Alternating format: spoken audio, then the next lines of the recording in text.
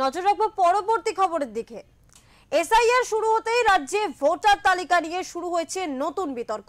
নদিয়ার শান্তিপুর থেকে এমনই এক ঘটনার সামনে এসেছে যেখানে বিএলও হিসেবে দায়িত্বপ্রাপ্ত সরকারি কর্মীর নিজের নামই নেই 2002 সালের ভোটার তালিকায়। আরো আশ্চর্যের বিষয়, সেই তালিকায় তার পরিবারের কারো নাম খুঁজে পাওয়া যায়নি বলেই জানা গিয়েছে।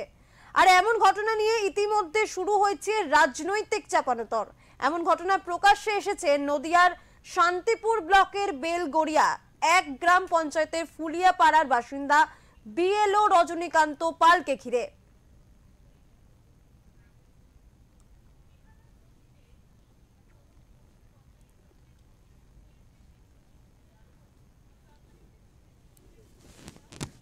সেক্ষেত্রে 2002 আপনার তো ভোটার লিস্টে নাম নেই। আমার 2002 ভোটার লিস্টে আমার নাম থাকার তো কথাও না, কারণ আমার জন্ম হচ্ছে তার অনেক পরে। হ্যাঁ সেটা, কিন্তু সেক্ষেত্রে আপনার পরিবারের তো কারো নাম নেই। হ্যাঁ, পরিবারের নেই, 2000 পরিবারের নেই। আমার বাবা মার নেই, মা মারা গেছেন। বাবা আছেন, বেঁচে আছেন। বাবার কোথায় ভোটার লিস্টে নাম ছিল? বাবার ভোটার লিস্টে নাম ছিল না, পরে আর কি হয়েছে। কিন্তু 2002 ভোটার লিস্টে নাম নেই। বাবার ভোটার লিস্টে নাম কবে উঠেছে সেটা দেখতাম, আমার এক্সাক্ট মনে নেই। আপনার কবে উঠেছে? আমার 18 বছর হওয়ার পরে উঠেছে। সেটা যতদূর সম্ভব মেবি 2014।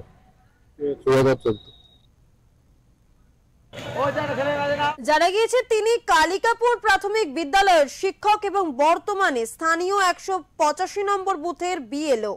ব্লক প্রশাসন তাকে নিয়োগপত্র দিলেও পরে জানা যায় 2002 সালের ভোটার তালিকায় তারই নাম নেই। বয়সের কারণে তার নাম ওঠে 2002 সালে, কিন্তু তার বাবা মা বা পরিবারের অন্য কারোর নামও 2002 সালে তালিকায় রয়েছে কিনা তা নিয়েই উঠছে প্রশ্ন।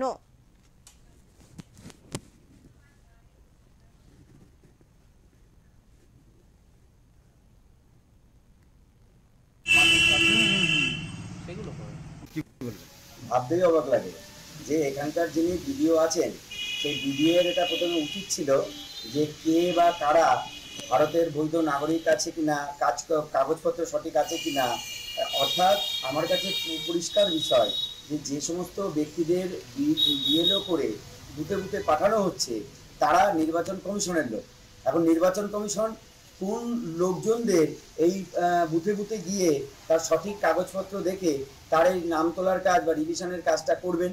তাহলে যে ব্যক্তি করবেন সেই ব্যক্তিকে তো সঠিক হতে হবে। সেই ব্যক্তির আগে নামটা 2002 এর লিস্ট আছে কিনা, বা তার বাবা মার নাম আছে কিনা, বা তার এখানে কোনো বৈধ যে 11 দফা যে কাগজ আছে সেগুলো তার আছে কিনা, এগুলো তো নিশ্চিত করে নিয়ে তারপর বিডিওকে অ্যাসাইন করতে হবে এই বিএলও দায়িত্ব যাদের আছে।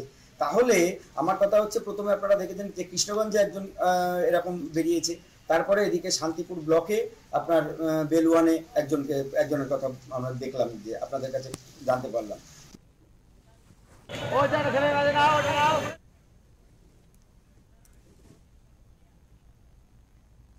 এই মুহূর্তে আমাদের সঙ্গে রয়েছে টেলিফোন লাইনে আমাদের প্রতিনিধি নিলয় ভট্টাচার্য। নিলয়, তোমার থেকে জানতে চাইবো যে যেখানে এই মুহূর্তে এসআইআর নিয়ে একেবারে রাজ্য রাজনীতি উত্তাল, ঠিক সেই আবহে বিএলও অফিসারের ভোটার তালিকায় নাম নেই, অর্থাৎ 2002 সালের ভোটার তালিকায় নাম নেই বিএলও। কিভাবে ঘটতে পারে এরকম ঘটনা? দেখো, একদমই ঠিক তাই। প্রথমে কিন্তু এই ঘটনাটি ঘটানো নদীর কৃষ্ণগঞ্জের পর কিন্তু আবার শান্তিপুরে 2002 সালের তালিকায় যে সপরিবারে কিন্তু নাম দেখা গেল না এই বিএলওর। অর্থাৎ এই বিষয়টি প্রকাশ্যে যখনই আসে তখনই কিন্তু রাজনৈতিক দলের যে সমস্ত প্রতিনিধিরা আছে তাদের মধ্যে কিন্তু চর্চা শুরু হয় যে যিনি বিএলও অর্থাৎ সরকারি কাজে নিযুক্ত থাকবেন তারই যদি ভোটার তালিকায় নাম না থাকে বা তার পরিবারের নাম না থাকে, সে কি করে মানুষের এই তালিকা সংশোধন করবেন? এই নিয়ে কিন্তু রীতিমতো একদিকে যেমন বিজেপি, অন্যদিকে কিন্তু রাজ্যের শাসক দল তৃণমূল কংগ্রেস, তারা কিন্তু উভয়ে কিন্তু সোচ্চার হয়েছে। অন্যদিকে এই বিষয়টি নিয়ে যে প্রশাসনিক আধিকারিক অর্থাৎ শান্তিপুরের সমষ্টি উন্নয়ন আধিকারিক, তিনি কিন্তু এই বিষয়টি নিয়ে জানিয়েছেন যে এতদিন পর্যন্ত যে নির্বাচন পরিচালনার ক্ষেত্রে যে সরকারি আধিকারিকদের তারা নিয়োগ করতেন, তখন কিন্তু এই 2002 সালের যে ভোটার তালিকায় তাদের নাম থাকা বাধ্যতামূলক, সেই পরিস্থিতিটা কিন্তু ছিল না। তাই তারা যে কোনো নির্বাচনেই কিন্তু তারা ভোট পরিচালনার ক্ষেত্রে তারা সহযোগিতা করতেন এবং তারা দায়িত্ব ছিলেন। এবং নতুন করে যখন এই 2002 সালের ভোটার তালিকায় নাম থাকা বাধ্যতামূলক হয়েছে, তখনই কিন্তু এই বিষয়টি প্রকাশ্যে এসেছে এবং এই নিয়ে নির্বাচন কমিশন যা সিদ্ধান্ত নেবেন তারা কিন্তু সেইটা একেবারে মেনে নেবেন বলেই জানিয়েছেন সমস্ত উন্নয়ন আধিকারিক। এখনো পর্যন্ত এই নিয়ে চর্চার বিষয় যে বিএলও অর্থাৎ যে কিনা সাধারণ মানুষের বাড়িতে বাড়িতে গিয়ে ভোটার তালিকায় নাম সংশোধনের কাজ করবেন, তারই ভোটার তালিকায় নাম নেই। এই নিয়েই কিন্তু এখন সরগরম চলছে গোটা নদিয়া জুড়ে। এবং স্বাভাবিকভাবে প্রথমে এই বিষয়টি নজরে আসে কৃষ্ণগঞ্জ, তারপরে এই শান্তিপুর এবং চাকদাতেও কিন্তু এক বিএলওর কিন্তু এই নাম তালিকায় নাম নেই, তবে তার পরিবারের নাম কিন্তু তালিকাতে পাওয়া গেছে বলে এখনো পর্যন্ত আমরা জানতে পেরেছি। সৌমি, এখানেই আরো একটি প্রশ্ন থাকবে যে তাহলে এই বিএলও অফিসারের ভবিষ্যৎ কি হতে পারে? দেখো, এই ঘটনাটি কিন্তু সম্পূর্ণরূপে নির্বাচন কমিশনের উপর ছেড়ে দিয়েছেন এই সরকারি আধিকারিক অর্থাৎ ব্লক সমষ্টি উন্নয়ন আধিকারিক। তিনি কিন্তু এই বিষয়টি নিয়ে যদি নির্বাচন কমিশন তাকে বরখাস্ত করেন তিনি কিন্তু বরখাস্ত তালিকায় থাকবেন এবং তার ভবিষ্যৎ কি হবে তা কিন্তু সম্পূর্ণরূপে নির্বাচন কমিশনের দ্বারস্থ নির্বাচন কমিশনের ওপরই সম্পূর্ণটাই ছেড়ে দিয়েছেন। ধন্যবাদ নিলয়।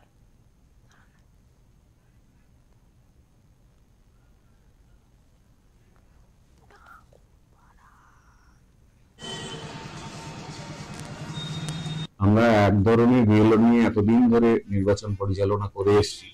তারপর নির্বাচন দপ্তর থেকে এবং জাতীয় নির্বাচন কমিশন থেকে একদম বিধিবদ্ধ সরকারি কর্মচারীদের নিয়োগ করতে বলেছেন। সেই অনুযায়ী সারা রাজ্য জুড়ে, সেই সঙ্গে আমার ব্লকে আমরা প্রত্যেকটা বিএলওকেও নিয়োগ করেছি। এবং তখন নিয়োগের সময় এই প্যারামিটার ছিল না যে 2002 হলে তার বা তার পরিবারের কারোর নাম আছে কিনা, থাকলে হয়তো সেই প্যারামিটার তাকে নিয়োগ করতাম না। যে প্যারামিটার গুলোতে নিয়োগ করার কথা করা হয়েছে, এখন এই তথ্যটা ধরা পড়েছে। এরপর নির্বাচন কমিশন বা নির্বাচন দপ্তর যা সিদ্ধান্ত নেবে, এমন যদি হয় আমার বিকল্প বিএলও বিধি ব্যবস্থা আছে, সে ব্যবস্থা হবে, কোনো সমস্যা নেই।